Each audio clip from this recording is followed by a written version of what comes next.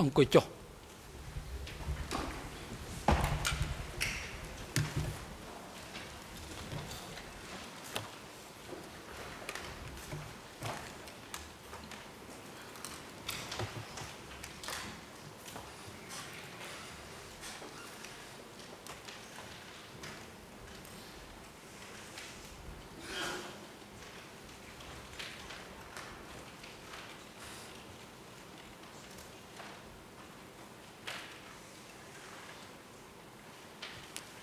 អង្គជំរាបប្រកាសបន្តកិច្ចដំណើរការនីតិវិធីសកម្មការនៅថ្ងៃនេះអង្គជំរះនឹងបន្តស្ដាប់សកម្មស័ក្តិសិទ្ធិសូវីបញ្ចប់ហើយនឹងចាប់ផ្ដើមស្ដាប់សកម្មស័ក្តិសិទ្ធិដែលមានហត្ថនាម TCW 754 តាមកាលវិភាគដែលបានគ្រោងទុក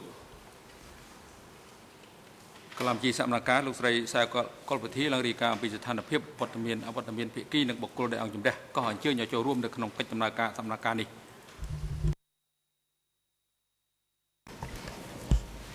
សូមគោរពលោកប្រធានសម្រាប់សកម្មការថ្ងៃនេះគ្រប់ភាគីទាំងអស់នៃរឿងក្តីនេះមានវត្តមានលើកលែងតែលោក Michael Canavas មេធាវីអន្តរជាតិការពារក្តីឲ្យលោកអៀងសេរីអវត្តមានដោយមូលហេតុមានធុរៈផ្ទាល់ខ្លួនចំណែកឯជនជាប់ចោទអៀងសេរីនិងនួនជាមានវត្តមាននៅបន្ទប់ឃុំខ្លួននៅខាងក្រោមសាលសកម្មការនេះដោយមូលហេតុសុខភាព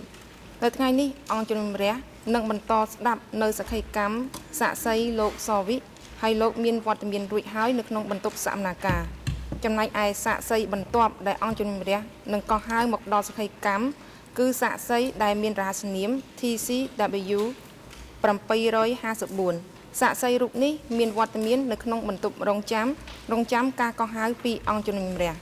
សាក្សីរូបនេះបានបញ្ជាក់ថាតាមសមត្ថភាពដែលគាត់អាចដឹងគឺគាត់មិនមានជាប់ទំនាក់ទំនងញាតិលោហិតឬញាតិពន្ធជាមួយនឹងជនជាប់ចោទទាំង3រូបគឺលោកនួនជាអៀងសេរីនិងខៀវសំផនឬភាគីដែលមិនដឹងរដ្ឋបវេនីណាមួយដែលត្រូវបានទទួលស្គាល់នៅក្នុងរឿងក្តីនេះទេហើយគាត់បានធ្វើសម្បត្តិនៅចំពោះមុខរូបសំណាកលោកតាដំបងបែកនៅព្រឹកមិញនេះរួចហើយសារិស័យរូបនេះមិនមានមេធាវីប្រឹក្សានោះទេសូមអរគុណបាទអរគុណបាទអង្គជំរះក៏សូមជម្រាបជូនដល់ភាគីនិងសាធារណជនជ្រាបផងដែរថានៅព្រឹកមិញនេះតាមកំណត់ហេតុពិនិត្យសុខភាពជនជាប់ចោទលោកអៀងសេរីមុនពេលសកម្មការដោយលោកវិជ្ជបណ្ឌិតប្រចាំការនៅអង្គជំរះវិសាមញ្ញក្នុងតុលាការកម្ពុជាគឺលោកលឹមស៊ីវុធាបានពិនិត្យសុខភាពលោកអៀងសេរីគាត់មានអាការៈអស់កម្លាំងវិលមុខហើយមិនអាចអង្គុយបានលោកគ្រូពេទ្យបានផ្ដល់អនុសាសន៍ថាប្រធានអង្គជំរះក៏បីអនុញ្ញាតឲ្យគាត់នៅតាមដានកិច្ចដំណើរការសកម្មការពីចម្ងាយពីបន្ទប់ឃុំខ្លួនខាងក្រោមហើយបញ្ហានេះគឺស្របទៅនឹងការសម្រេចរបស់អង្គជំរះកន្លងមកក៏ដូចជាការពីម្សិលមិញអង្គជំរះបានពិនិត្យលទ្ធភាពនៃបញ្ហាសុខភាពរបស់គាត់នឹងគឺនៅប្រហាក់ប្រហែលការពីម្សិលមិញដែរហើយឲ្យគាត់ឲ្យខាងអនុរិយមន្ត្រីឃុំឃាំងនាំខ្លួនគាត់មកចូលរួមកិច្ចដំណើរការសកម្មការត្រឹមបន្ទប់ឃុំខ្លួនខាងក្រោមដែលរៀបចំនៅឧបករណ៍សោះទោសសម្រាប់គាត់អាចចូលរួមនឹងតាមដានពីចម្ងាយស្តៀងនេះដែរគឺនៅព្រឹកមិញនេះអង្គជំរះក៏បានទទួលរបាយការណ៍ពីលោកវិជ្ជបណ្ឌិតលឹមស៊ីវុធាដែលបានពិនិត្យសុខភាពលោកនួនជាមុនពេលសកម្មការនេះនឹងបានកត់សម្គាល់ឃើញថាលោកនួនជាមានបញ្ហាសុខភាពអស់កម្លាំងខ្លាំងវិលមុខពេលអង្គុយហើយមានសភាពទន់ដៃទន់ជើងហើយគាត់មិនអាចអង្គុយបានយូរអាស្រ័យហេតុនេះលោកគ្រូពេទ្យបានផ្ដល់អនុសាសន៍ថាប្រធានអង្គជំរះក៏បីអនុញ្ញាតឲ្យគាត់អាចចូលរួមតាមដានកិច្ចដំណើរការសកម្មការពីចម្ងាយពីបន្ទប់ឃុំខ្លួនខាងក្រោមហើយពិតមែនតែលោកនួនជាមានបញ្ហាសុខភាពតែគាត់អាចចូលរួមសកម្មការ ពីចម្ងាយពីបន្ទប់ឃុំខ្លួនខាងក្រោមតាមអនុសាសន៍របស់លោកវេជ្ជបណ្ឌិតហើយដូច្នេះដើម្បីជៀសវាងការពន្យាពេលសកម្មភាពនិងដើម្បីប្រយោជន៍យុត្តិធម៌ដោយផ្អែកលើរបាយការណ៍របស់លោកវេជ្ជបណ្ឌិតប្រចាំការនៅអវតកអង្គជំរះប្រកបឲ្យលោកនួនជាចូលរួមតាមដានកិច្ចដំណើរការសកម្មភាពពីចម្ងាយពីបន្ទប់ឃុំខ្លួនខាងក្រោមតាមរយៈប្រព័ន្ធសោទស្សន៍សម្រាប់រយៈពេលដែលធ្វើសកម្មភាពពេញមួយថ្ងៃនេះហើយប្រកបឲ្យផ្នែកសោទស្សន៍ភ្ជាប់ប្រព័ន្ធសោទស្សន៍សម្រាប់ជនជាប់ចោទទាំងពីររូបអាចចូលរួមនឹងតាមដានកិច្ចដំណើរការសកម្មភាពពីចម្ងាយពីបន្ទប់ឃុំខ្លួនស្ថិតនៅក្រោមសាលសកម្មភាពនេះសម្រាប់រយៈពេលនៃកិច្ចដំណើរការសកម្មភាពពេញមួយថ្ងៃនេះបើជាបន្តអញ្ញសូមផ្ដល់វិធានការជូនទៅក្រមមេធាវីការពារក្តីលោកខៀវសំផនដើម្បីមានឱកាសបន្តការតាំងសំណួរដេញដោលចំពោះសាក្សីសូមអញ្ជើញមេធាវីអាក់សើវេកិនសូមអរគុណលោកប្រធាន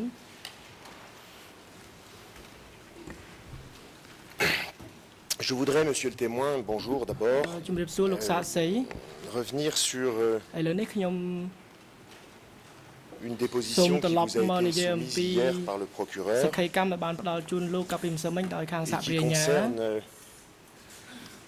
monsieur ហើយ Tassot. សក្ខីកម្មនោះគឺជារបស់តាសុត Monsieur Tassot qui a été ឈ្មោះថាសុតសំ entendu ទោស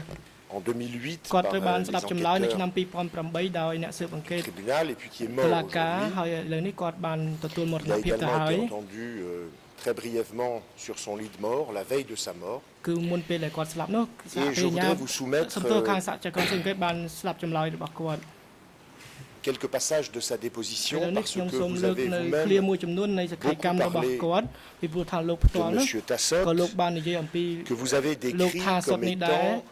le sous-chef ហើយ de គាត់ថាគា K1 ត់ជាអនុប្រធានកមួយ sous les ordres donc ដែល de ស្ថិតនៅ TAN. ក្រោមបង្គាប់របស់តាន Et je voudrais d'abord vous demander si vous ដូច្នេះ confirmez ខ្ញុំចង់សួរ selon បញ្ជាក់ vous លោកថា que តើ Tassot était Lo- le sous-chef នៅតែរក្សាចម្លើយដែលថា au bureau តា K1. សុតនឹងគឺជាអនុរបស់តាននៅកមួយតើអញ្ចឹងមែនទេ បាទសុតនេះជាអនុប្រធានកមួយមែនបាទ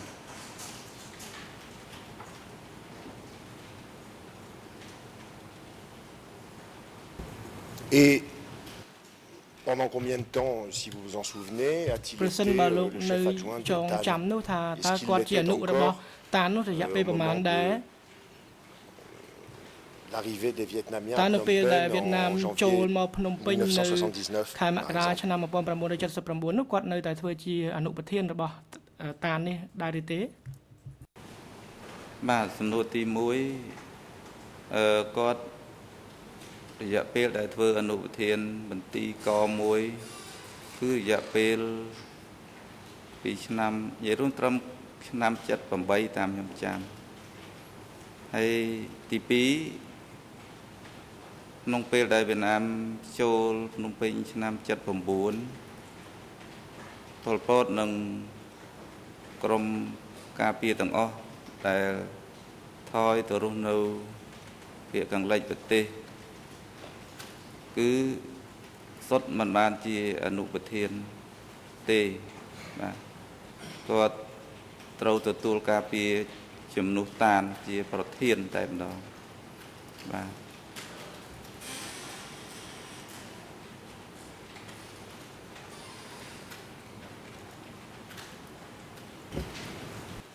Donc si je comprends ce que vous venez de dire, ប្រ en សិនបើខ្ញុំយល់មិនច្រឡំនោះទេ 1979, គឺថានៅ Sot ឆ្នាំ était devenu le 1979 chef de K1 សុត à la place បានក្លាយទៅជាប្រធាន de ក TAN. មួយ C'est bien ce que vous venez de dire, ជំនួស monsieur. តានតើអញ្ចឹងមែនទេចម្លើយរបស់លោកអំបញ្ញមិញនេះ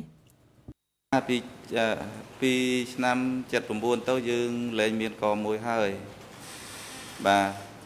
អង្គភាពទាំងមូលត្រូវទៅរស់នៅកន្លែងមួយនៅភាគខាងលិចប្រទេសគឺយើងលែងឈ្មោះកមួយកប្រមាណទៀតហើយគឺពេលនោះគាត់ជាប្រធានបាទដូចខ្ញុំបញ្ជាក់ខាងដើម Bien sûr, mais je parle, បាទលោក je សាក់ faisais សី référence à ma question précédente. ខ្ញុំយោងទៅសំណួរ Avant របស់ខ្ញុំមុន l'arrivée des គឺថា Vietnamiens, មុនពេលវៀតណាមចូលមក fin គឺថា 1978, ចុង dès tout début janvier 73 ឬក៏ដើម 1979, ឆ្នាំ Sot 79 avait remplacé សុទ្ធបានឡើងជំនួសតានជាប្រធានកមួយ du bureau K, hein, T'as parce un que chang c'est menté? exact. បាទអត់ទេព្រោះនៅក្នុងកមួយនៅចុង78សុទ្ធជាអនុប្រធានទេដល់ដើម79ហ្នឹងក៏ជាអនុប្រធានដែរមុនពេលដែលភៀសខ្លួនចេញពីភ្នំពេញក៏នៅជាអនុប្រធានដដែល D'accord. បាទសូមអរគុណ Alors,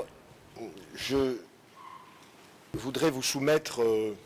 d'abord dans ces grandes lignes, puis nous irons plus en ជា détail ដំ si បូ c'est ងខ្ញុំ nécessaire, រៀបរាប់ពី ce qu'a dit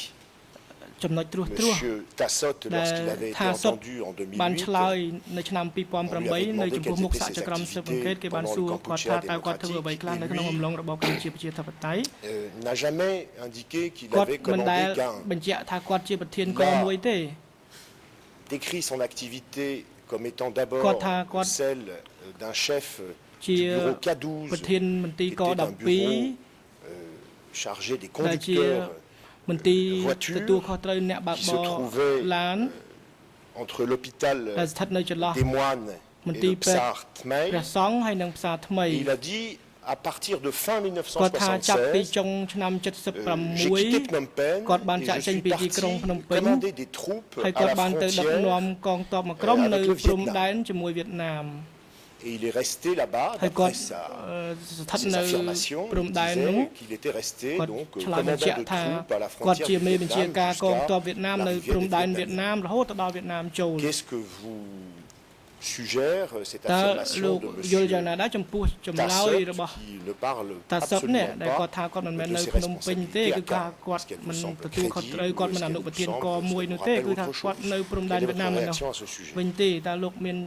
យោបល់យ៉ាងណាដែរចំពោះចម្លើយរបស់គាត់នេះ ចន្លោះពីឆ្នាំ76 77ខ្ញុំអត់ក្តាប់ប្រវត្តិគាត់បានទេមិនដឹងថាគាត់រស់នៅឯណាធ្វើអីបាទហើយទឹមតែឃើញគាត់ក្នុងមន្ទីរកមួយនេះនៅឆ្នាំ78ហើយជាពាក់កណ្ដាលឆ្នាំ78ហើយក៏គាត់នេះមានតួនាទីទន្ទឹមនឹងគាត់មានតួនាទីជាអង្គរៈតាមតានួនជាហោហែជូនអ៊ំទៅតាមតំបន់ភូមិភាគនានាទូទាំងប្រទេសក៏ដោយក៏គាត់នៅមានតួនាទីចាត់ចែងជាមួយនឹងតាននៅមន្ទីរកមួយរហូតដល់រថយន្តរថវៀតណាមបាទរថវៀតណាមឆ្នាំ79អញ្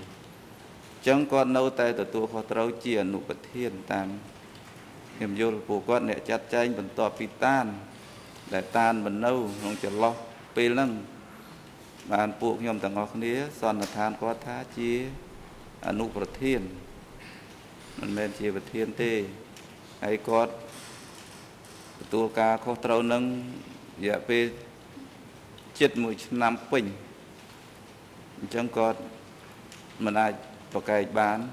តែចន្លោះពីមុនដោយខ្ញុំបញ្ជាក់ជូនលោកចឹងគឺពី75 71 77នេះមិនដឹងគេគាត់រស់នៅកន្លែងណាធ្វើអីទេតែចម្លើយរបស់គាត់បានប្រាប់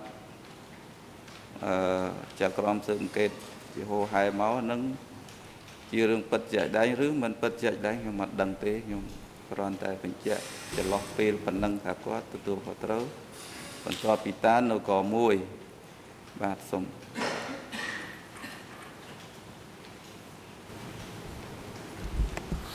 Oui, et je vous en remercie, monsieur le témoin. សូ C'est ម bien អរ pour គុណ cela que លោកសាក់សីខ្លាំង je ណាស់ vous propose de commenter បានដោយសារតែអញ្ចឹងហើយបានជាខ្ញុំឲ្យលោកផ្ដល់យោបល់ចំពោះ cette différence entre ce ចម្ que លើយ vous ខុស avez គ្នា dit de Sot et ce que រវាង lui-même អ្វីដែលលោកឆ្លើយហើយនិងអ្វីដែលលោកសុទ្ធបាន Donc, ឆ្លើយនោះ vous confirmez, en Donc, tout cas donc, pour ce que vous បញ្ en ជាក់ savez, est-ce que vous ច្បាស់ហើយ avez ថា constaté par តាមអ្វី vous-même ដែលលោក qu'à ដឹងនិង partir តាម de ការកត់សម្គាល់របស់លោកនោះគឺថាចាប់ពីឆ្នាំ Tassot 77 était មក basé à តា Phnom សុទ្ធគាត់ Penh មាន et non pas ទីតាំងនៅភ្នំពេញគាត់ à ធ្វើ la ការនៅភ្នំ frontière ពេញ avec le គាត់មិនធ្វើ Vietnam ការ en នៅ train de commander des ព្រំ troupes ដែនវៀត militaires. ណាមដឹកនាំកងទ័ព C'est នៅ bien ça? ព្រំដែនវៀតណាមនោះទេអញ្ចឹងមែនទេ បានខ្ញុំឃើញគាត់នៅឆ្នាំ78ទេមិនមែន77ទេតែចម្លើយរបស់គាត់មិនដូចឮថា77តែខ្ញុំឃើញគាត់នៅចាត់ចែងជំនួសលោកតានម្ដងនៅឆ្នាំ78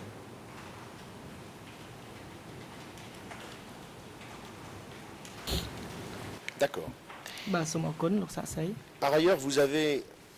dans votre déposition នៅ de ក្នុង 2005, សក្ខីកម្មរបស់លោកនៅ très ឆ្នាំ souvent associé TAN 2005 et ដែល SOC, លោកបាននិយាយអំពីតាន quasiment d'ailleurs à និង chaque សុ fois ទ្ធ que vous évoquiez ហើយនៅ les ពេល pouvoirs ដែលលោក de លើ vos ក supérieurs, ឡើងអំពីអំណាចរបស់ vous ថ្នាក់លើ associez ces របស់ deux លោកនោះគាត់ personnes លោកគឺលោកសំដៅដល់អ្នកទាំងពីរហ្នឹងគឺតាន et និង à សុ un ទ្ធ moment donné, vous Hai évoquez là,ពេលមួយនោះ la mort de Pang. លោកបាននិយាយអំពី Plutôt ការស្លាប់ l'arrestation de ឬក៏ Pang. សំទោសការចាប់ខ្លួនប៉ង Et vous dites aux enquêteurs du tribunalលោក qui ឆ្លើយ vous ទៅ entendent ce jour-là, អ្នក vous dites ស៊ើបអង្កេតតុលាការនៅថ្ងៃនោះ que c'est par ថា Tan et Sot que vous aviez appris តាមរយៈតាននិងសុទ្ធនោះ Pang លោក avait ដឹង été ថា arrêté គេចាប់ខ្លួន et ប៉ង accusé de trahison. ហើយគេចោទប៉ងថាក្បត់ Est-ce que vous vous souvenez avoir dit cela aux តើ enquêteurs លោក du ចាំថា tribunal លោ et ក est-ce បាន que ឆ្លើ vous យ confirmez ចម្លើយបែបនេះជូនអ្នកស៊ើបអង្កេតតុលាការទេ Ce point. ហើយលោកនៅរក្សាចម្លើយនេះទេ បាទខ្ញុំអត់ចោទថាតានឬសុទ្ធទៅចាប់ប៉ងទេខ្ញុំនៅចាំចម្លើយខ្ញុំបានបាទអត់មានចោទថាពួកគាត់ទាំងពីរនាក់នេះអ្នកទៅចាប់ប៉ងចោទថាក្បត់ទេខ្ញុំនិយាយថាJe vous arrête tout de suite pour pas que nous nous បាទខ្ញុំ méprenions. សូមឲ្យលោក Ce n'est pas non ឈ plus ប់ ce សិ que ន j'ai dit. Donc ខ្ញុំ il មិន y a មែន peut-être eu un problème សួរលោកបែបនេះ dans ទេ la ប្រហែលជា succession des មាន traductions de mes propos បញ្ហាបក jusqu'au ប្រែ clair. សំណួររបស់ខ្ញុំ J'ai dit que vous aviez ខ្ញុំបាន indiqué ឆ្លើយថាលោកខ្ញុំបានសួរលោក avoir ថាលោក appris បានឆ្លើយ de la bouche ថាលោកដឹង de Tan ពីតាន et Sot ហើយនឹងសុទ្ធ le fait គឺ que ថាមានន័យថា Pang អ្នកទាំងពីរហ្នឹង avait បាន été ប្រាប់លោក arrêté ថា et ប៉ង accusé ត្រូវ de បានចាប់ trahison. ខ្លួនហើយចោទថា Je n'ai pas ជា dit ជន que ក្បត់ ខ្ញុំ vous មិនបាន aviez និយាយ affirmé que ថា c'était Tan et Sot តាន qui និង les សុទ្ធនឹង avaient- ជាអ្នកចោ qui ទ avaient arrêté Pang. ជាអ្នកចាប់ Simplement que ប៉ង c'est ទេ comme ça គឺ que ថា vous លោក aviez ដឹង appris តាមរយៈប៉ង C'est ហើយ par នឹង eux តាមរយៈតាន que ហើយ vous នឹង aviez សុទ្ធ appris ថាប៉ងត្រូវបាន l'arrestation de Pang គេចាប់ខ្លួន et son នេះជា accusation. សំណួររបស់ Est-ce que ខ្ញុំ vous confirmez តើលោកនៅរក្សាចម្លើយបែបនេះទេ បាទខ្ញុំនៅរក្សាចម្លើយបែបនេះគឺតានបាននិយាយប្រាប់តែមិនមែនប្រជុំប្រកាសថាប៉ងក្បត់នោះទេតែជាហោហែគាត់ធ្លាប់និយាយខ្ញុំឮថាប៉ងក្បត់ហើយបាទ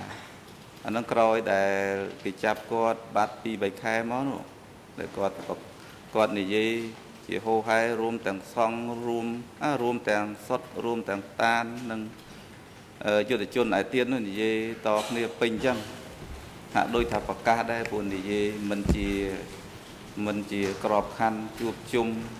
អីទេគាត់ថានិយាយតគ្នាអញ្ចឹងថាប៉ងក្បត់បាទហ្នឹងខ្ញុំនៅរក្សាចម្លើយហ្នឹងព្រោះគាត់ធ្លាប់និយាយប្រាប់យើងខ្ញុំទាំងអស់គ្នាបាទ Donc, puisque Sot assistait à de ça, cette déclaration de Tan, សុទ្ធ il était dès cette époque ហើយនឹង informé តាននោះគាត់បានដឹង de l'arrestation de Pang et ដូ du ច្នេះ fait គាត់ que ក៏បាននិយាយអំ celui-ci ពី avait ការ été ចាប់ខ្លួន accusé ប៉ de ង trahison. ដែល C'est exact. គេចោទប៉ងថាក្បត់អញ្ចឹងមែនទេចម្លើយរបស់លោកនោះ បាទចម្លើយរបស់ខ្ញុំអញ្ចឹងមែនព្រោះគាត់មកនិយាយមែនក្នុងអង្គភាពទាំងមូលគាត់និយាយថាប៉ងក្បត់ត្រូវគេចាប់ខ្លួនបាទ Alors,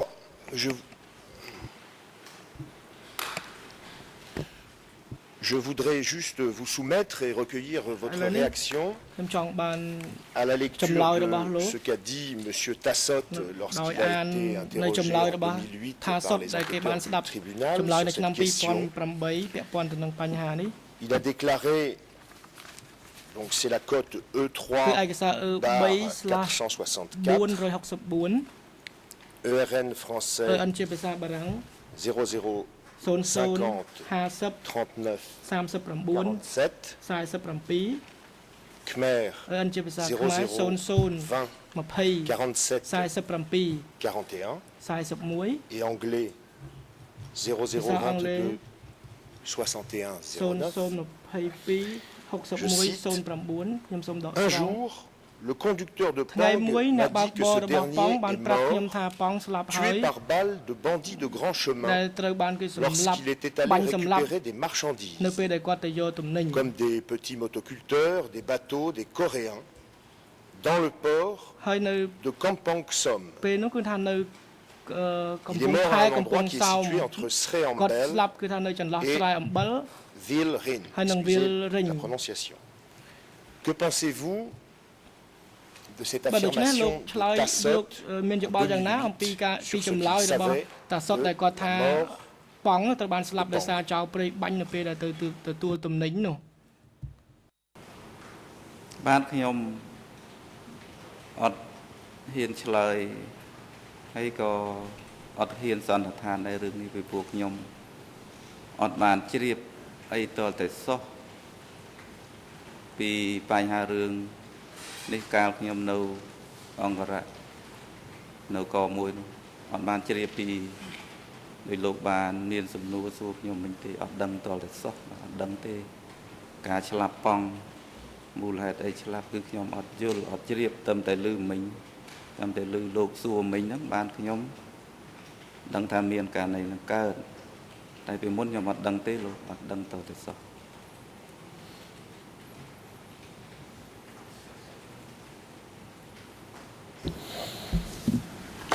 Très bien, je n'irai pas plus loin បើខ្ញុំមិនសួរជជិកអ្វីច្រើនអំពី cette question. បញ្ហាប៉ងនេះ Et ទេ je voudrais en venir Et le nez, maintenant nous sommes- à d'abord un petit point de ត្រ détail. ឡប់មកនិយាយអំពីចំណុច Vous avez été interrogé Oui. hier sur ដែលកាលពីម្សិលមិញនេះគេបាន le véhicule Sur l'eau, qu'utilisait M. ពាក់ព័ន្ធទៅនឹង Kyosampan. ឡាន Vous avez dit à la ដែល Chambre លោក que គឺសំផន c'était ប្រើ un ប្រាស់ véhicule modeste ហើយ en គាត់លោក comparaison ឆ្លើយថាជាឡាន de ធម្ម ceux qui តា étaient utilisés par d'autres ដូចជា dirigeants. មេដឹកនាំផ្សេងៗទៀត Et je voulais juste Pra- pra- vous demander ce qu'il en était de ដូច្នេះខ្ញុំចង់សួរលោក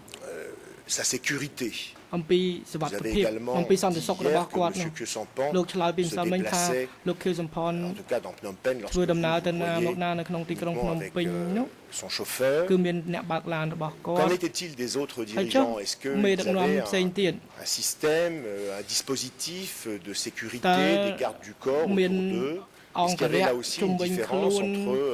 ce que ដែរ vous ទេ avez pu voir តើ autour de មាន M. ភាពខុស Kyosampan គ្នាដែរ et ឬ ce ទេ que vous រ avez វាង pu លោកខៀវ constater សំផ autour ន d'autres ហើយនឹងមេដឹកនាំផ្សេងទៀតនោះ dirigeants. ពេលអ្នកផ្សេងទៀតទៅណាមកណានោះមានអង្គរៈហើយហមអីទេ បាទបញ្ហាឡានលោកខៀវសំផនគឺខ្ញុំបាននិយាយសិនមិញដែលខ្ញុំបាននឹកឃើញគឺឡានឡាំបតាដែលគាត់ជិះជាប្រចាំនៅទីក្រុងភ្នំពេញចេញចូលមកកមួយជាប់ឃើញជាឡានឡាំបតានឹងមែនពិតជាក់ស្ដែងអ្នកតាមនោះគ្មានអ្នកតាមការពារ ក៏អត់ដែរមានតែតកងឡាននេះខ្ញុំឃើញជាក់ស្ដែងគឺចឹងចេញចូលនៅកមួយ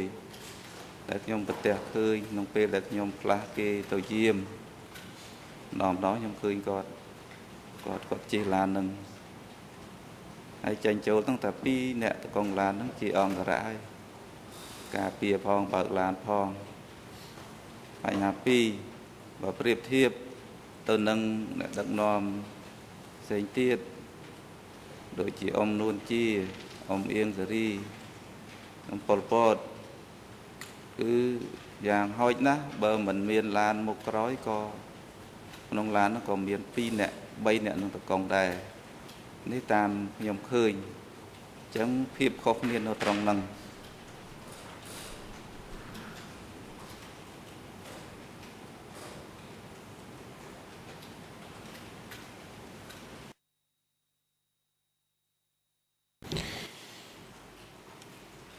Je voudrais également que vous soyez un petit peu plus précis ខ្ញុំ sur ចង់ឲ្យលោកឆ្លើយឲ្យបាន la manière dont les choses លំ se អិត passaient បន្តិច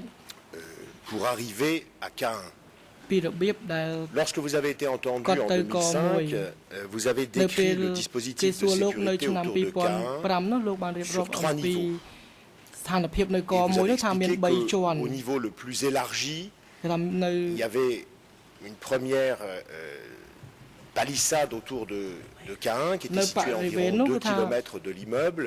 et qui était gardé par un bataillon. En tout cas, vous avez expliqué qu'il y avait une centaine de gardes à ce niveau. Ensuite, au deuxième niveau, qui était le vôtre, celui auquel vous travaillez, vous avez indiqué que là aussi, il y avait une palissade flanquée de 4 miradors. Vous avez indiqué qu'à ce niveau-là, il y avait 60 gardes. 50, Et puis ensuite, vous avez décrit le niveau 1, celui situé à l'intérieur de la palissade que vous-même gardiez. Et là, vous avez dit qu'il y avait une dizaine de responsables de la sécurité rapprochés. Est-ce que d'abord vous confirmez de façon générale cette description que je viens de résumer ainsi? ចម្លើយដូចអ្វីដែលខ្ញុំបានរៀបរាប់បាញ់មិញនេះទេ បាទខ្ញុំនៅរក្សាចម្លើយនឹងជាន់ទី3តាមពិតខ្ញុំប៉ាន់ខុសប៉ុណ្ណាចម្ងាយពីកមួយទៅប្រហែលជា1គីឡូទៅ2គីឡូអស់ច្រើនប៉ុន្តែខ្ញុំវាយស្មានកាលចៅក្រមទៅសួរខ្ញុំហ្នឹងគឺ2ទៅ3គីឡូតែវាមិនខុសគ្នាទេក្នុងថិតតែ2ឬ3 1ឬ2តែប៉ុណ្ណឹង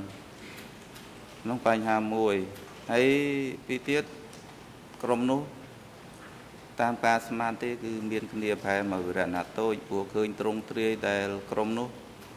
យាមការមានត្រង់ទ្រាយធំ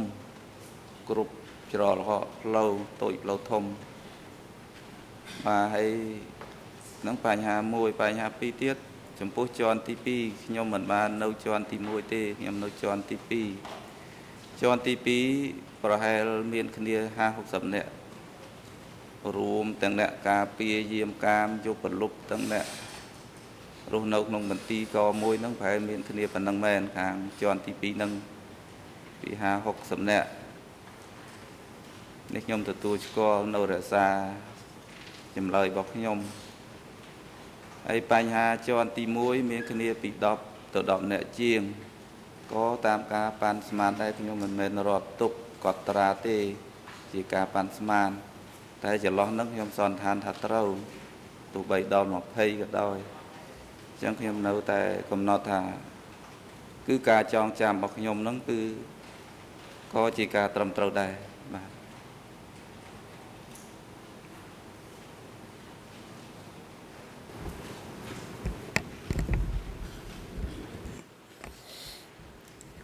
D'accord.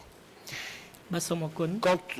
quelqu'un voulait arriver, entrer dans Kara, à នៅពេលដែលមានអ្នកណាម្នាក់ចង់ចូល quel moment ទៅកមួយ était-il contrôlé? តើ À quelle គេ couche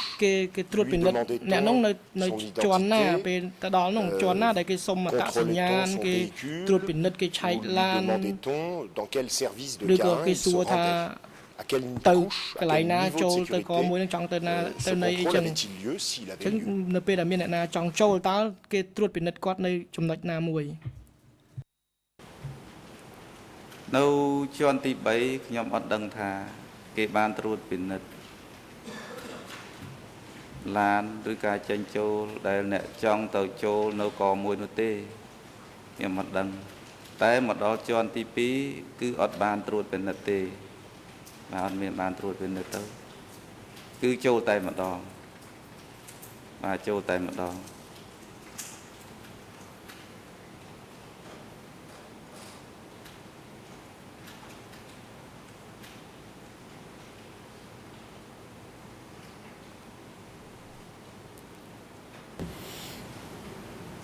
Et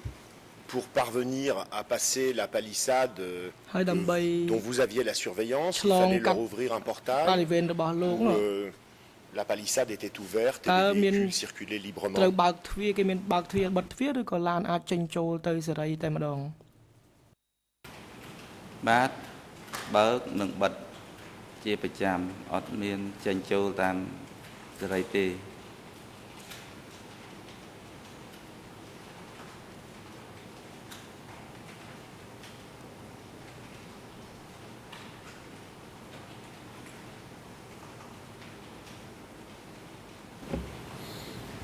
Et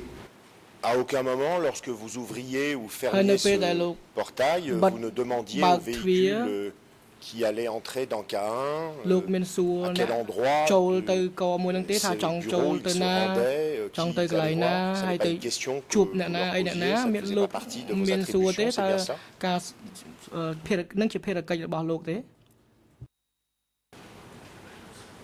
ក្រៅពីអ្នកសំខាន់ឬអត់មាននរណាចាញ់ចូលទេទីកន្លែងនោះអញ្ចឹងអ្នកដែលសំខាន់ទាំងនោះយើងអត់ហ៊ានសួរទេបាទអត់ហ៊ានសួរទេ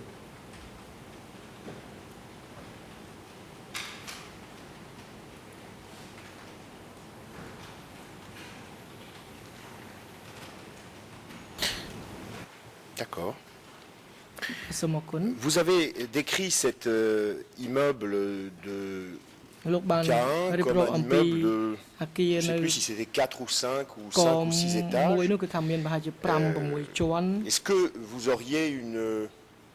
une fourchette ou une idée du តើលោក nombre អាច de ប្រាប់ bureaux បានទេ qu'il y ពី avait à ថា l'intérieur de តើ ce នៅក្នុង bâtiment et du nombre ក de មួយនោះមានចំនួន personnes ការិយាល័យ qui ឬក៏មន្ទីរ travaillaient ប្រមាណហើយ Est-ce មាន que vous មនុ êtes ស្ស en mesure ប្រមាណអ្នកដែរដែលធ្វើការ d'évaluer នៅ le ក្នុង nombre de gens qui travaillaient ម dans ន្ទីរទាំង ce អស់នោះនៅជាប្រចាំថ្ងៃនោះនៅក្នុងមន្ de ទីរក 4, មួយនោះ 5 ou 6 étages ថា dont តើ vous ប្រហែ avez លជា parlé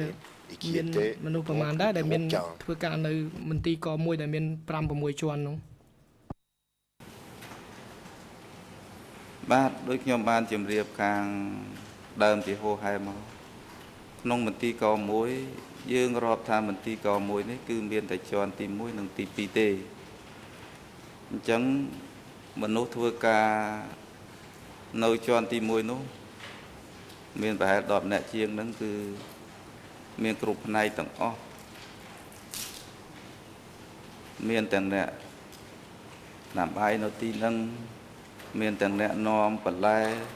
ក៏ចូលក្នុងហ្នឹងមានទាំងអ្នកសម្អាតបោសជ្រះកាត់ស្មៅបាញ់ស្មៅថែដើមឈើក៏នៅក្នុងហ្នឹងមានអ្នកការពារក៏នៅក្នុងហ្នឹងប៉ិនសរុបទៅអ្នកអស់ហ្នឹងគឺសិតជាអ្នកការពារទាំងអស់ទោះបីការងារថ្ងៃគាត់មានការងាររៀងៗខ្លួនក៏ដោយក៏ក្នុងឋានៈការពារអ្នក10អ្នកជាងទៅ20អ្នកហ្នឹងបញ្ហា2នៅជាន់ទី2ក៏របៀបនឹងដែរបាទមានទាំងអ្នកដាំបាយមានទាំងអ្នកបង្កបង្កើនផលចិញ្ចឹមជ្រូកចិញ្ចឹមគោ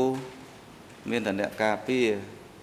60អ្នកហ្នឹងអញ្ចឹងសរុបទៅអ្នកទាំងអស់គ្នាក៏ជាអង្គរៈជាទាហានអង្គរៈអញ្ចឹងខ្ញុំសូមជម្រាបលោកប៉ុណ្ណឹង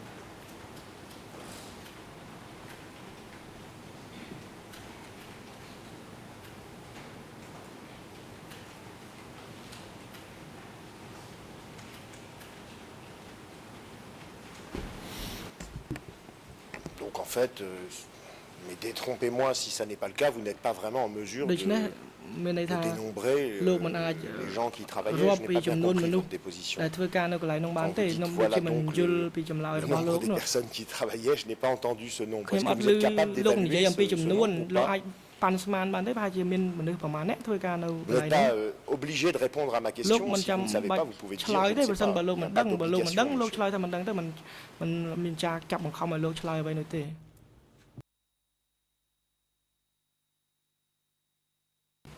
សូមអញ្ជើញដំណោះតាបញ្ញា Mr. President, we'd object to this question. លោកប្រធាន The ខ្ញុំ witness សូម did ជំ answer. ទាស់ He សាក gave សី numbers, and មិន council now បាន is just ដល់ badgering ទូ and លេខ arguing នេះទេ with តែ the តែមេ witness. ធាវីការពារក្តី So គឺ we ថា would កំ object ពុង that the តែ question is ធ្វើ repetitive ការ and ជ argumentative. ជែកសួរទៅលើសាកសីត្រង់ចំណុចនេះខ្ញុំសូមជំទាស់ត្រង់ចំណុចនេះ Si je puis répondre, Monsieur le Président, លោកប្រធានខ្ញុំសូមឆ្លើយតប je suis un petit peu surpris de l'objection de Monsieur le Procureur, à moins qu'il ait entendu en anglais quelque chose que ប្រហែល moi ជា je n'ai គាត់ pas យល់ entendu. មិន mais ស្ដាប់មិនបាននៅ il m'a សំណួរ pas របស់ខ្ញុំ tellement បានជាគាត់ semblé ជំ que ទាស់ la នោះ réponse du témoin ពី était ព្រោះថា claire, et c'est pour ça que je demandais juste ខ្ញុំគ្រាន់តែសួរ un បញ្ជាក់ éclaircissement. ព្រោះថាចម្លើយរបស់សាកសីគាត់មិនសូវច្បាស់ខ្ញុំសួររបៀប libre de អព្យាក្រឹតទេ répondre. ខ្ញុំមិនបានបង្ខំឲ្យគាត់ឆ្លើយទេគាត់អាចឆ្លើយយ៉ាងម៉េចក៏បានគាត់ដឹងគាត់ឆ្លើយថាគាត់មិនដឹងគឺសំណួរខ្ញុំគឺបើកទូលាយតែប៉ុណ្ណោះ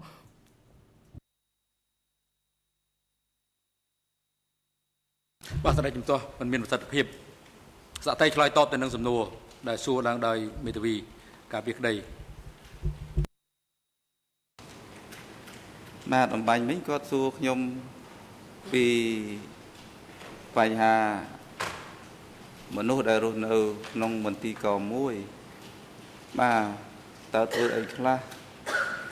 អញ្ចឹងខ្ញុំបានរៀបរាប់ជូនឆ្លើយនឹងតបនឹងសំណួរវិញចឹងថាវាមានដូចនៅជាន់ទី1វាមានអ្នកដាំបន្លែវាមានអ្នកដាំបាយមានអ្នកកាត់ឆ្មៅសំណួរនឹងឆ្លើយរួចហើយតើមានចំនួនប្រហែលអ្នកលោកអាចប៉ាន់ស្មានដឹងទេបាទចំនួននៅខាងក្នុងមន្ទីរក្នុងជាន់ទី1ហ្នឹងគឺមានប្រហែល10អ្នកជាងតាមការប៉ាន់ស្មានបាទហើយនៅជាន់ទី2គឺមានពី50-60នាក់តែប៉ុណ្្នឹងទេខ្ញុំបានឆ្លើយជាហោហែបន្តមកគឺនៅចាំសំណួរខ្ញុំចាំចម្លើយខ្ញុំតែប៉ុណ្្នឹងលោកវិទ្យាបន្តសំណួរថ្មីទៀតប្រសិនបើនៅមាន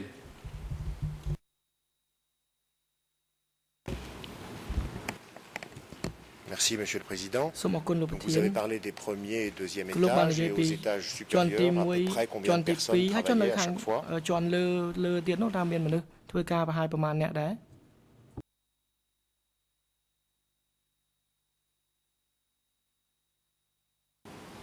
មកខ្ញុំអត់យល់ជាន់លើចង់និយាយថាជាន់ទី3ចឹងទៅខ្ញុំស្រួលឆ្លើយជាន់ទី3នោះមានប្រហែលមកបរិយាណាតូចគិតមនុស្សប្រហែលជា100នាក់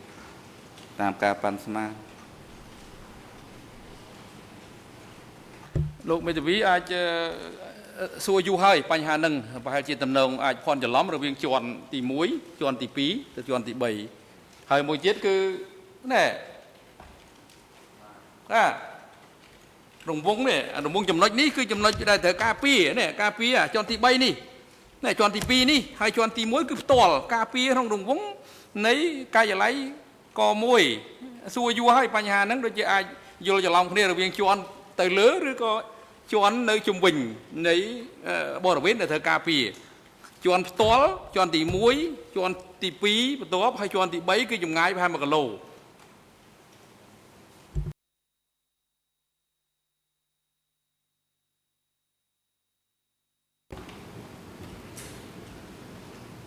D'accord, j'ai compris, Monsieur le Président. J'ignorais qu'il peut y avoir cette confusion. Donc je vais essayer de regrouper. Et puis, Monsieur le témoin, sentez-vous libre de répondre ou pas à ma question. Si vous ne savez pas, je ne sais pas. Aucun problème. J'essayais de savoir, en excluant le personnel chargé de la sécurité, si on met de côté les gens dont vous avez déjà parlé, qui formaient les 3 couches de sécurité autour du cas, à l'intérieur du cas, dans les bureaux, mis à part la sécurité, combien y avait-il de personnes qui travaillaient? Est-ce que vous êtes en mesure de chiffrer à peu près le nombre de gens en dehors de la sécurité qui travaillaient ភ្នាក់ពីក្រមសន្តិសុខដែលធ្វើការđâyចង់សម្ដៅដល់អ្នកដែលធ្វើការនៅក្នុងការិយាល័យគឺថានៅក្នុងមន្ទីរកតែម្ដងកមួយនឹងតើមានមនុស្សប្រហែលប៉ុន្មានអ្នកដែរបាទខ្ញុំទៅយល់មិញគឺខ្ញុំអត់ដឹងទេរឿង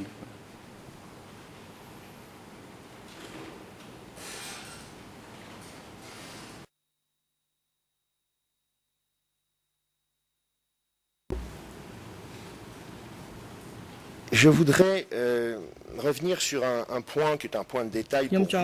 mais qui m'intéresse pour d'autres raisons, concernant le nombre de fois,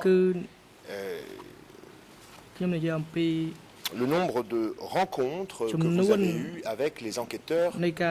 du tribunal. Nous avons un dossier, un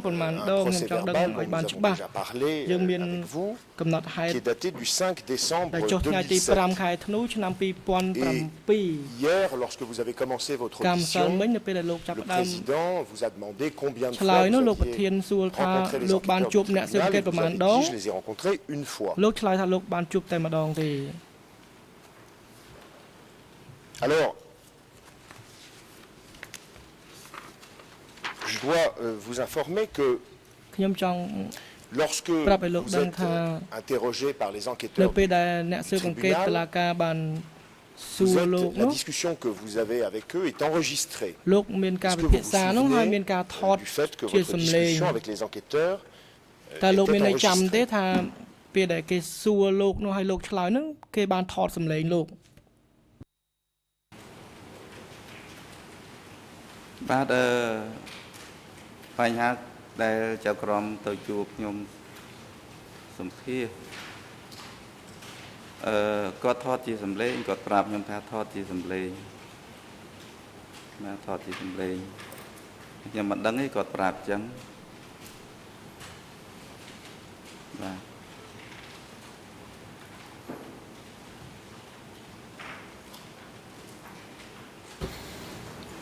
Très bien. Et ces entretiens se sont-ils répartis sur une seule journée ហើយការសម្ភាសន៍ធ្វើឡើង ou តែ se sont-ils មួយ répartis ថ្ងៃ sur ទេឬ plusieurs ក៏ jours ធ្វើឡើងក្នុងរយៈពេលច្រើនថ្ងៃ អត់សូវលឺល្អល្អួលលឺសំនួន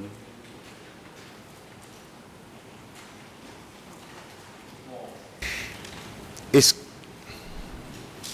Alors je vais la répéter. ខ្ញុំសួរសំណួរនេះឡើងវិញ La déposition que vous avez signée est datée du 5 décembre 2007. កិច្ចសម្ភាសន៍ដែលលោកបានចុះហត្ថលេខានោះគឺនៅថ្ងៃទី un seul 5 jour, ធ្នូ a priori. ឆ្នាំ 2007 គឺ Est-ce que មើ vous លទៅ vous គឺតាមមួយថ្ងៃ souvenez ទេ si malgré la date qui est តើ portée លោក sur cette មានន័យចាំ déposition, ទេថា vous aviez rencontré les លោក enquêteurs បាន du ជួបអ្នក tribunal ស៊ើបអង្កេត avant តុលាការ ce 5 décembre មុន 2007. ថ្ងៃទី5ខែ Par exemple, ធ្នូឆ្នាំ la veille. 2007ដែរឬទេឧទាហរណ៍មុននឹងមួយថ្ងៃនោះលោកមិនបានជួបពួកគេទេ បាទខ្ញុំឃើញថាមានជាហោហែប៉ុណ្ណឹងផ្នែកអីខ្ញុំអត់បានចាំទេគេទៅរកខ្ញុំជាហោហែមិនដឹងថាជាអ្នកស៊ើបអង្កេតឡាក្តីទាំងទេគេទៅរកខ្ញុំគឺគេទៅរកទៅជាហោហែមកហើយខ្ញុំអត់ចាំតែថ្ងៃទី5ខែធ្នូ2007ហ្នឹង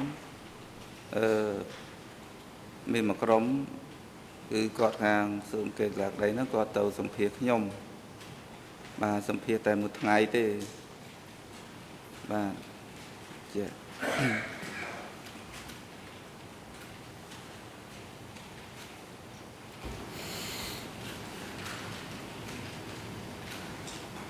D'accord. Je pense que vous allez Bah, c'est mon comprendre point. pourquoi je vous pose ខ្ញុំ cette គិត question. ថាលោកនឹងយល់ហេតុអីបានជាខ្ញុំ C'est parce សួរសំណួរបែបនេះ J'ai ពី écouté ព្រោះថា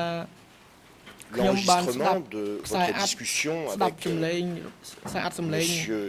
ដែលលោកបាន Chandaravan ឆ្លើយ Chai ជាមួយនឹង et លោក Monsieur Stephen ចៃចន្ទ Heder រាវ៉ាន់ហើយនិងលោក qui étaient Stephen les Heder enquêteurs du ដែលជាអ្នក tribunal ស៊ើបអង្កេត chargés de របស់តុលាការ vous ដែល interroger ទទួលបន្ទុកក្នុងការ le សួរ 5 décembre សំណួរលោកនៅ 2007. ថ្ងៃទី5ខែធ្នូឆ្នាំ Et 2007នោះ j'en ai demandé d'ailleurs une ហើយខ្ញុំ traduction បានស្នើសុំឲ្យមានការបកប្រែផ្នែកនោះជាភាសា nous បារាំង avons à la cote ដែលយើងមានលេខកូដ D91 D91 barre de fraction 9.1. 9.1 Je vais donner les ERN. ខ្ញុំសូមដល់ Français លេខ EN ជាភាសាបារាំង 00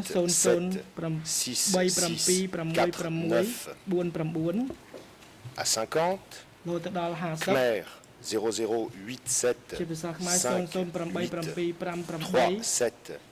jusqu'à 38. រហូតទៅដល់ Et anglais ជាភាសាអង់គ្លេស 87 66 46 46 jusqu'à 48. ទៅដល់48 Et lorsque l'on lit, non pas ce qui est écrit sur le procès verbal, mais ce qui est dit dans l'enregistrement, នៅក្នុង il ខ្សែ y a un អាប់នោះ moment où M. គឺថាมัน Stephen មាននៅក្នុង Heider vous កំណត់ dit ហេតុទេហើយនៅពេលនោះគឺថាលោក Stephen នោះបាន la chose suivante, je និយាយ cite, ដូចតទៅនេះខ្ញុំសូមដកស្រង់ et Tuon, Et- dont nous avons parlé hier, ហើយយកឈ្មោះចនដែលយើងនិយាយកាលពីម្សិលមិ point ននេះ d'interrogation. Alors, en Ouais, lisant son taux ça, que je je me me suis tourne. demandé si vous aviez rencontré គាត់សួរថាចុះ Monsieur ធួនដែលយើង Stephen សួរ Heder កាប់ដែលយើងនិយាយកាលពីម្សិលមិញនេះដូច្នេះខ្ញុំចង់ដឹងថា 5 អញ្ចឹងមុនថ្ងៃទី décembre 5ហ្នឹងលោកមានបានជួប Et je vous Stephen pose Heder donc នឹង la ទេ question, si vous vous souvenez ថាលោក l'avoir ចាំទេ rencontré, ថាមានបានជួប la veille et ពួក avoir គាត់នោះនៅ discuté, មុនថ្ងៃទី5នោះហើយបានពិភាក្សាគ្នាបាន par exemple, de Torn និ et យាយ de អំពី Tuon. ឈ្មោះតនហើយនិងឈ្មោះធួននេះតើលោកចាំទេ បាទខ្ញុំភ្លេចមុនថ្ងៃទី5ហ្នឹងវាមានគេទៅជាហោហែតែខ្ញុំភ្លេចមិនដឹងជាឈ្មោះគាត់ឈ្មោះអីភ្លេចទៅ ចាប់ដល់ថ្ងៃទី7ហ្នឹងគឺចាប់ដើមសម្ភាសខ្ញុំតែម្ដងតែខ្ញុំជឿថាប្រហែលជាពួកគាត់ហ្នឹងហើយតែខ្ញុំវាភ្លេចទៅកន្លែងហ្នឹងបាទ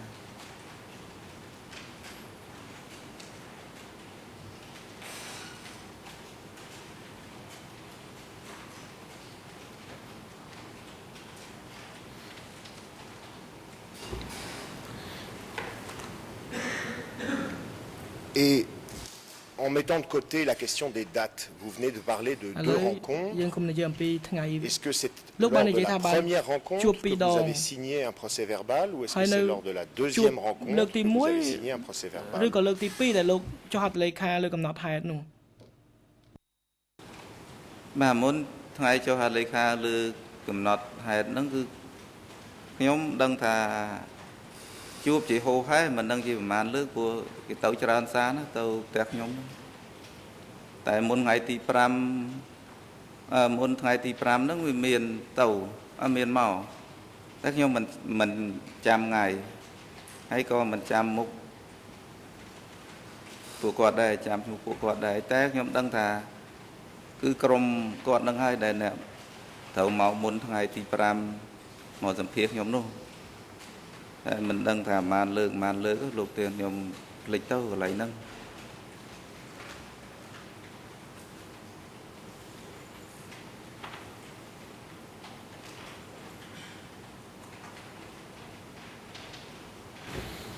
D'accord. Et pendant ces rencontres préalables, est-ce que vous discutiez des faits datant de 1975 à 1979, est-ce que vous avez évoqué durant ces rencontres préalables le fond du dossier? មុនពេលថ្ងៃទី5នោះលោកមានបានជួបហើយបាននិយាយគ្នាអំពីរឿងរ៉ាវដែលបានកើតឡើងនៅក្នុងចន្លោះឆ្នាំ75ដល់79ដែរទេ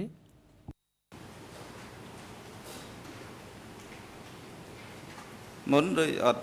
មុនថ្ងៃទី5ដូចអត់បានពិភាក្សាគ្នាទេឬក៏ខ្ញុំភ្លេចនិយាយអំពីចន្លោះពី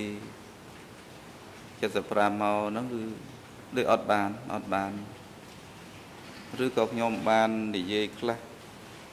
ក៏មិនដឹងខ្ញុំអត់ចាំលោកធានអត់ចាំដល់ថ្ងៃទី5ធ្នូ2007គាត់សម្ភាស ដូចចាំប៉ុណ្ណឹង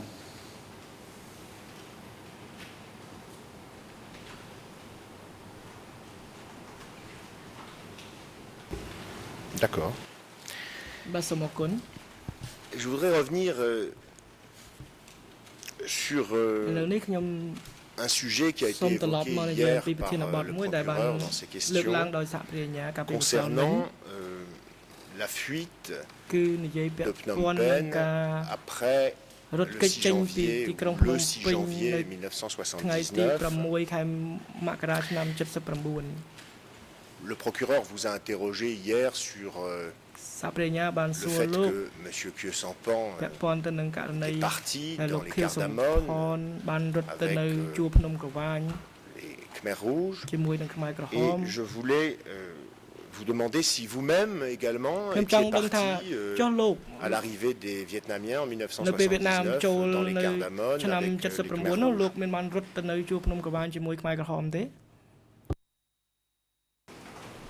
បាទខ្ញុំបានទៅរស់នៅជាមួយពួកគាត់រហូតបាទ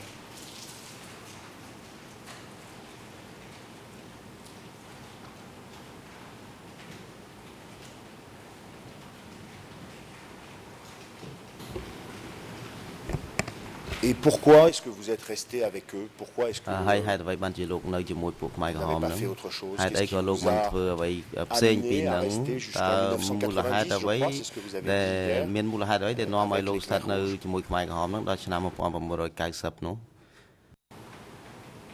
បាទ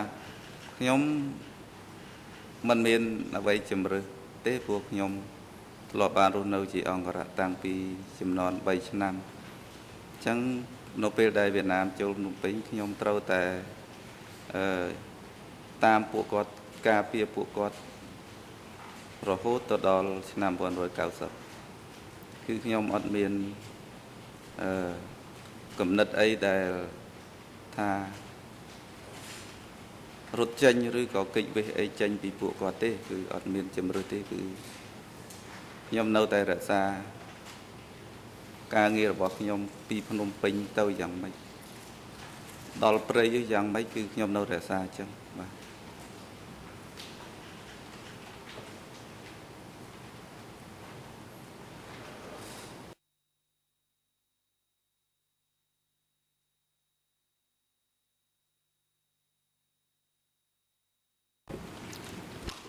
Enfin, et ce sera le dernier sujet que je voudrais évoquer. Lorsque vous avez été entendu et que vous avez signé un procès-verbal en décembre 2005, vous avez déclaré que la première fois que vous aviez entendu parler de la famine qui avait pu régner sous le régime du Kampuchea démocratique, c'était par la radio qui était diffusée depuis Phnom Penh ou depuis les États-Unis, et vous avez situé cette information vers les années 80-82. Est-ce que vous confirmez ce point ou est-ce que vous voulez modifier cette déclaration? តើលោកនៅរក្សាចម្លើយរបស់លោកនេះដែរឬទេបាទខ្ញុំនៅរក្សាចម្លើយនេះ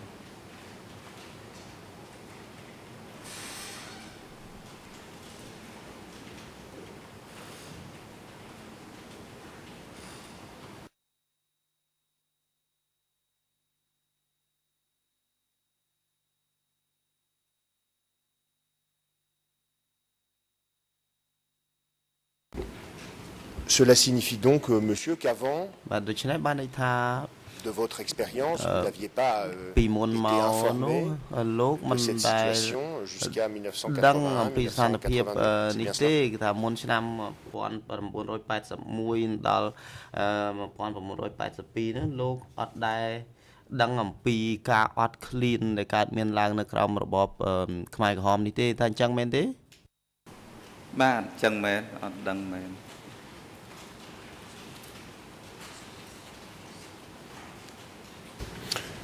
Je n'ai pas d'autres questions, Monsieur le Président, Monsieur le Témoin. Je vous remercie.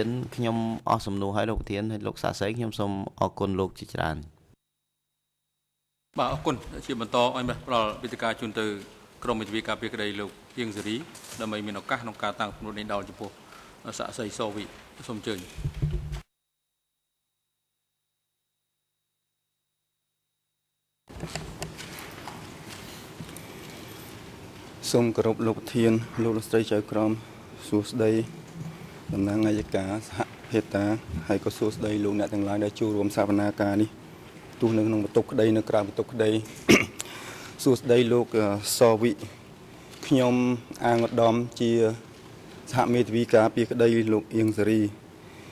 bênนี้ខ្ញុំមិនមានសំណួរសួរលោកច្រើនទេប្រហែលជាមិនច្រើនទេគឺប្រហែលសំណួរ 3-4 សំណួរប៉ុណ្ណឹងប្រហែល ហើយក៏ជុំវិញតែបញ្ហាព្រឹត្តិការណ៍កើតឡើងនៅដែលលោកបានដឹងនៅមន្ទីរកមួយតែប៉ុណ្ណឹងមិញលោកប្រធានបានបញ្ជាក់ឲ្យថាហើយកុំឲ្យជៀសវាងការច្រឡំគ្នាព្រោះម្សិលមិញថ្ងៃនេះមានការច្រឡំពាក្យថាជន់លោកបានមានប្រសាសន៍មិញថាអគារកមួយនេះមានតែ2ជាន់ទេ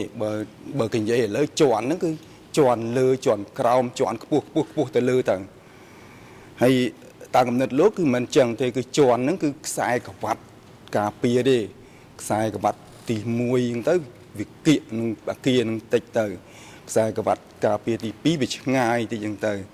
ខ្សែក្រវ៉ាត់ការពារទី3វាឆ្ងាយជាងអាទី2ទៀតទៅហ្នឹងតើលោកយល់ស្របតាមខ្ញុំចឹងទេ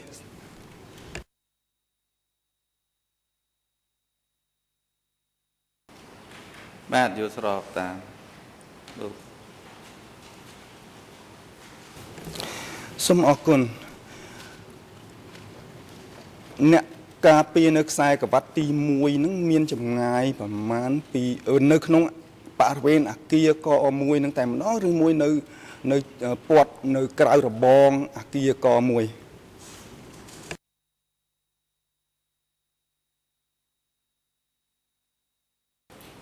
បាទអ្នកការពារជាន់ទី1គឺក្នុងរង្វង់ក្នុងរបង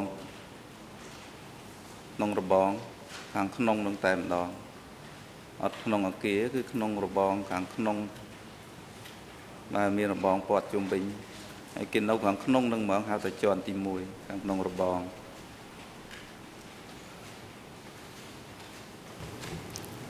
បាទសូមអរគុណហើយលោកអះអាងថាលោកនៅការពារនៅជាន់ឬខ្សែក្រវ៉ាត់ទី2ពីខ្សែក្រវ៉ាត់ទី1មកខ្សែក្រវ៉ាត់ការពារទី2ឬជាន់ទី2ហ្នឹងមានចម្ងាយប្រហែលប្រមាណបាទជាន់ទី2គឺជាប់នឹងរបងតែម្ដងក៏ទៅចម្ងាយតែបើណាឆ្លងផុតរបងមកដល់ជាន់ទី2ហ្នឹងមកបាទតែ2-3ម៉ែត្របើកទ្វារចេញពីក្នុងមកចូលមកចេញក្រៅគឺដល់ជាន់ទី2បាទសូមអរគុណ លោកបានមានប្រសាសន៍មានផ្សេងមិញហើយថាពីជាន់ទី2ទៅ ដែលលោកនៅប្រចាំការយាមនៅទីនោះមិនអាចមើលឃើញធ្លុះ ចូលទៅជាន់ទី1បានទេដោយហេតុថាមានរបងបិទចិត្តខ្ពស់អញ្ចឹងមែនទេបាទមើលអត់ឃើញទេអញ្ចឹងមែន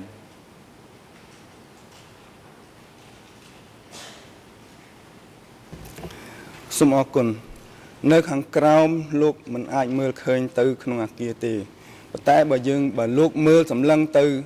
អាគារកមួយនោះតែម្ដងគឺលើជាន់ទី2អីចឹងទៅលោកអាចមើលឃើញទៅអាគារជាន់ទី2ហ្នឹងទេ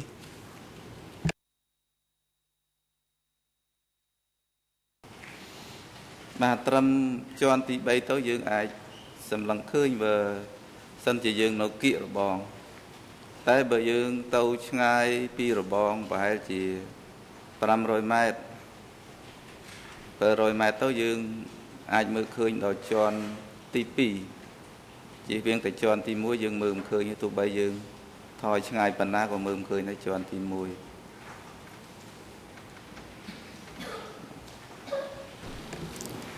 សូមអរគុណ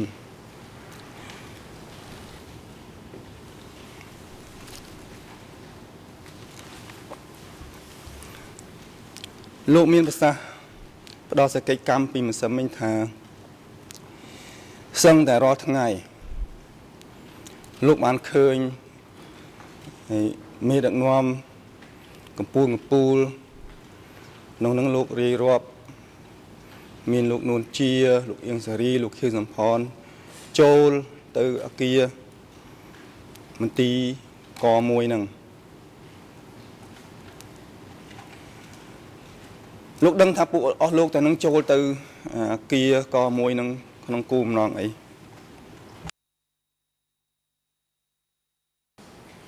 បាទខ្ញុំអត់ដឹងគោលបំណងរបស់គាត់ទេ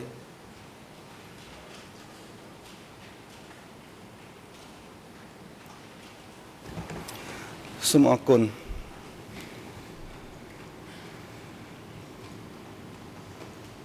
លោកដែលធ្លាប់បានឮពីកន្លែងលោកឈរចាំយាមនៅជាន់ទី2ហ្នឹងទៅបានឮពីថាមានប្រជុំអីនៅក្នុងអគារ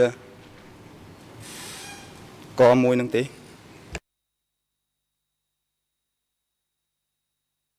សូមទោសស្ដាប់អត់សូវបានសូម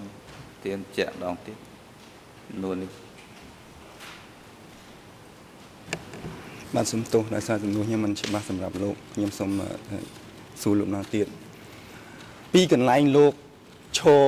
យាមនៅជាន់ទី2ឬខ្សែក្រវ៉ាត់ទី2ហ្នឹងលោកដែលធ្លាប់ឮពីខាងក្នុងអាគារមកវិញនោះពីកិច្ចប្រជុំណាមួយទេឮសំឡេងបាទឮស្ដាប់នឹងតិចរបស់លោក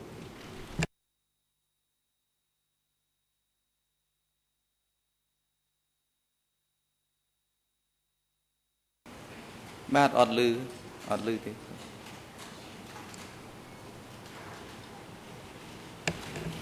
បាទសូមអរគុណ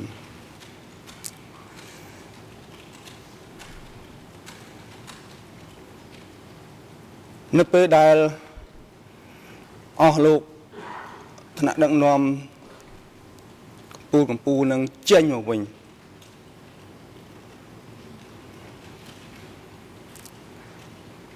ក្រោយមកនឹងបន្ទាប់ពីនឹងមកតើមានអ្នកណារួមទាំងមេរបស់លោកផ្ទាល់មានលោកតាននិងលោកសុតឬអ្នកផ្សេងទៀតធ្លាប់បានប្រាប់លោក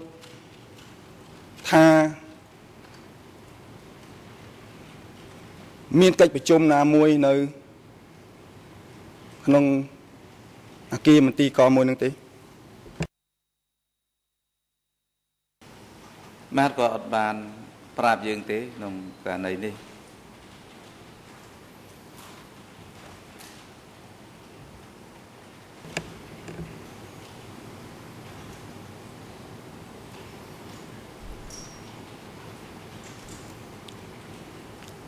ក្រោយពីនឹងលោក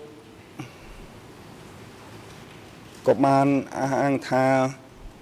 ធ្លាប់ឃើញមានកម្មាភិបាលជាន់ខ្ពស់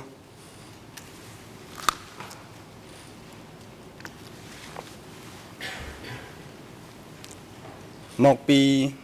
ភូមិភាគតំបន់ឬស្រុកនានានៅទូទាំងប្រទេសមកមន្ទីរកមួយនឹងដែរសំណួរខ្ញុំដដែលដូចសំណួរទីមុនដែរទេតើលោកដឹងថាកម្មាភិបាលជាន់ខ្ពស់ដែលមកពីឆ្ងាយមកពីភូមិភាគតំបន់ស្រុកទាំងនោះមកមន្ទីរកមួយក្នុងគោលបំណងអីដែរបាទមកដល់មន្ទីរកមួយសិតតែមកធ្វើការតាមខ្ញុំយល់មកធ្វើការ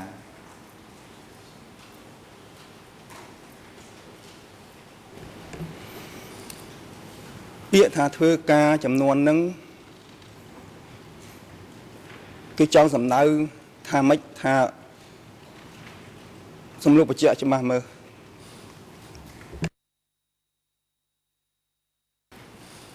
មកប្រជុំបាទមកប្រជុំបាទសូមអរគុណដដែលទេពីកន្លែងលោកយាមកាមនៅខ្សែក្រវ៉ាត់ទី2ទៅលោកមិនអាចឃើញនិងមិនអាចឮខ្លឹមសារនៃកិច្ចប្រជុំរបស់កម្មាភិបាលជាន់ខ្ពស់នោះទេខ្ញុំសង្ខេបចឹងត្រឹមត្រូវទេបាទជាការត្រឹមត្រូវ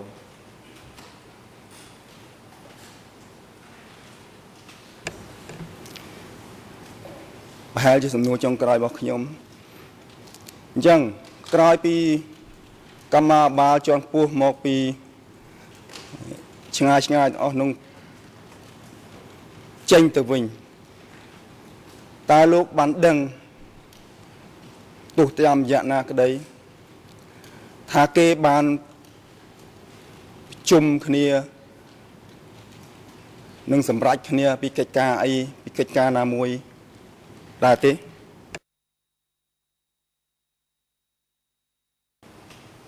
បាទរឿងទាំងអស់នេះគឺខ្ញុំមិនជ្រាបទេនៅកិច្ចការឯកភាពគ្នាលើគោលការណ៍អីមួយនៅពេលដែលគាត់ត្រឡប់ទៅវិញគឺខ្ញុំអត់ដឹង